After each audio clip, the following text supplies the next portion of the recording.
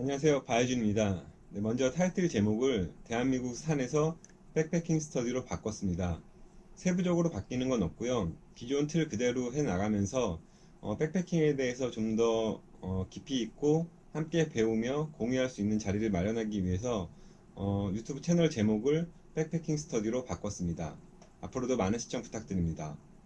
그러면 오늘은 먼저 동계 산행에 필요한 장비, 그 중에서도 아이젠, 크램폰에 대해서 함께 알아보겠습니다.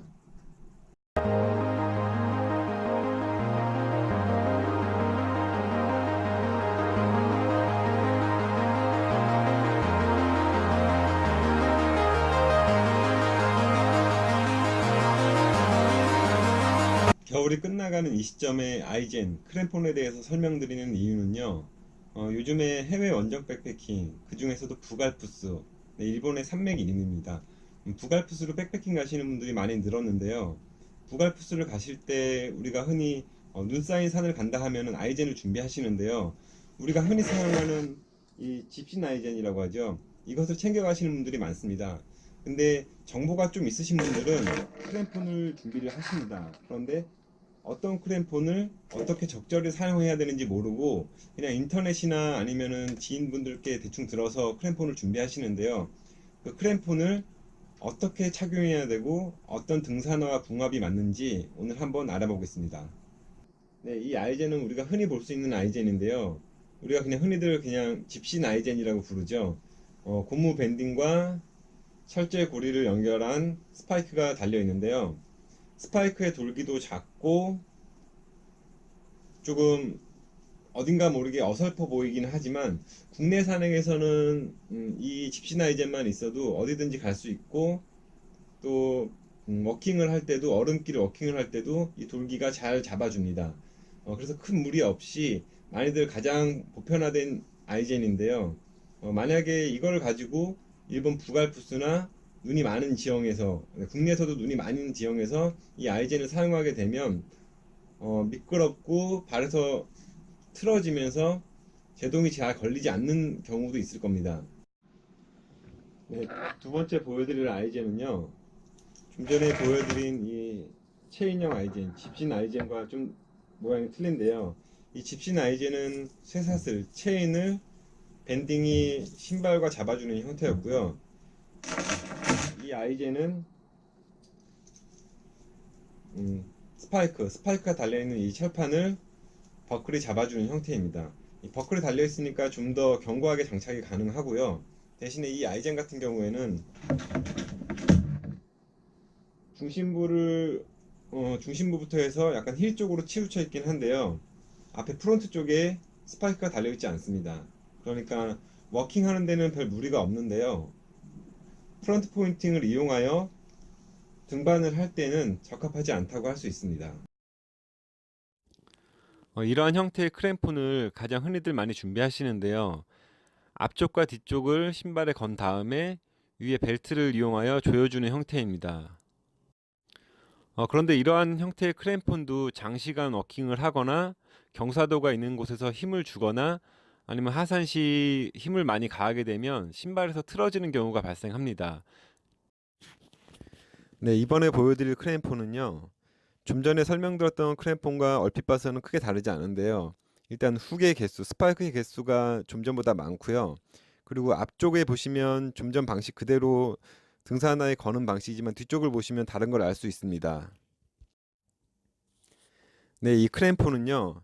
일반 중등산화에는 장착이 불가능하고요. 동계 알파인 마운티어링 부츠에 장착이 가능합니다. 힐 부분에만 홈이 파인 동계 알파인 부츠에 장착하는 크램폰인데요.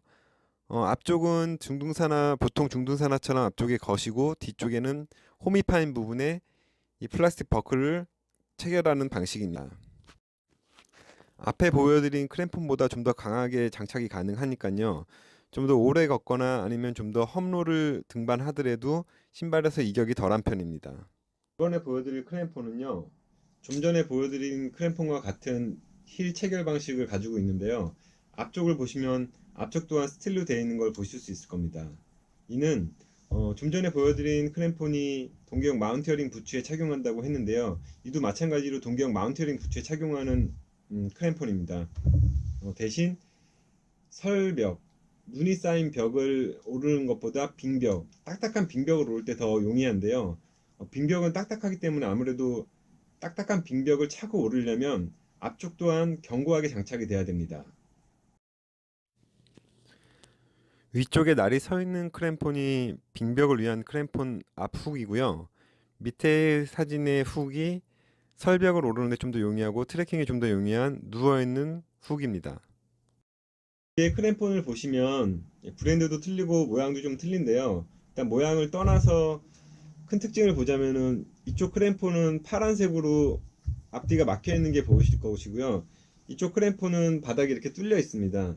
우리가 빙벽만을 오른다 그러면은 워킹이 없기 때문에 굳이 바닥이 막혀 있을 필요가 없습니다. 그런데 트레킹이 가미된 등반을 한다 그러면은 부츠에 계속해서 걷다 보면 부츠 밑으로 눈이 적체돼 갖고 눈이 붓게 되죠. 그것을 막기 위해서 안티스노우라고 눈이 적체되는 현상을 막기 위해서 크램폰 바닥이 막혀 있는 것입니다. 그러니까 우리가 부갈푸스를 간다 그러면은 크램폰 바닥이 막혀 있어야겠죠. 네, 크램폰의 후계 개수가 일반적으로 10발짜리와 12발짜리가 있는데요. 그냥 간단히 생각하실 때 12발짜리가 10발짜리보다 더 제동력이 좋겠다 이렇게 생각하실 수 있는데요. 제동력을 좌우하는 것은 후계 개수가 아닌 크램폰이 얼마만큼 발에 잘 장착되어 있느냐, 부츠와 얼마만큼 잘 붙어 있느냐에 따라서 제동력의 차이가 있습니다. 네, 그러니까 중등산하에 12발짜리 크램폰을 체결하시는 것보다요. 알파인 부츠의 앞뒤 스틸 체결 방식의 크램폰은 10발짜리를 장착하시는 게 제동력이 더 우수하다고 말씀드릴 수 있습니다. 네, 지금까지 아이젠과 크램폰에 대해서 설명드렸고요. 해외 설산 트레킹이나 설벽 등반을 가신다 그러면 꼭 크램폰을 준비하시고요. 여유가 좀 더 되신다 그러면 알파인 부츠까지 준비하셔서 그에 맞는 크램폰을 준비하시고요. 그리고 우리가 부갈푸스, 가까운 부갈푸스를 가시더라도 눈 쌓인 설산을 가실 거면 꼭 피켓을 준비해서 본인의 안전을 최우선으로 생각하셨으면 좋겠습니다. 감사합니다.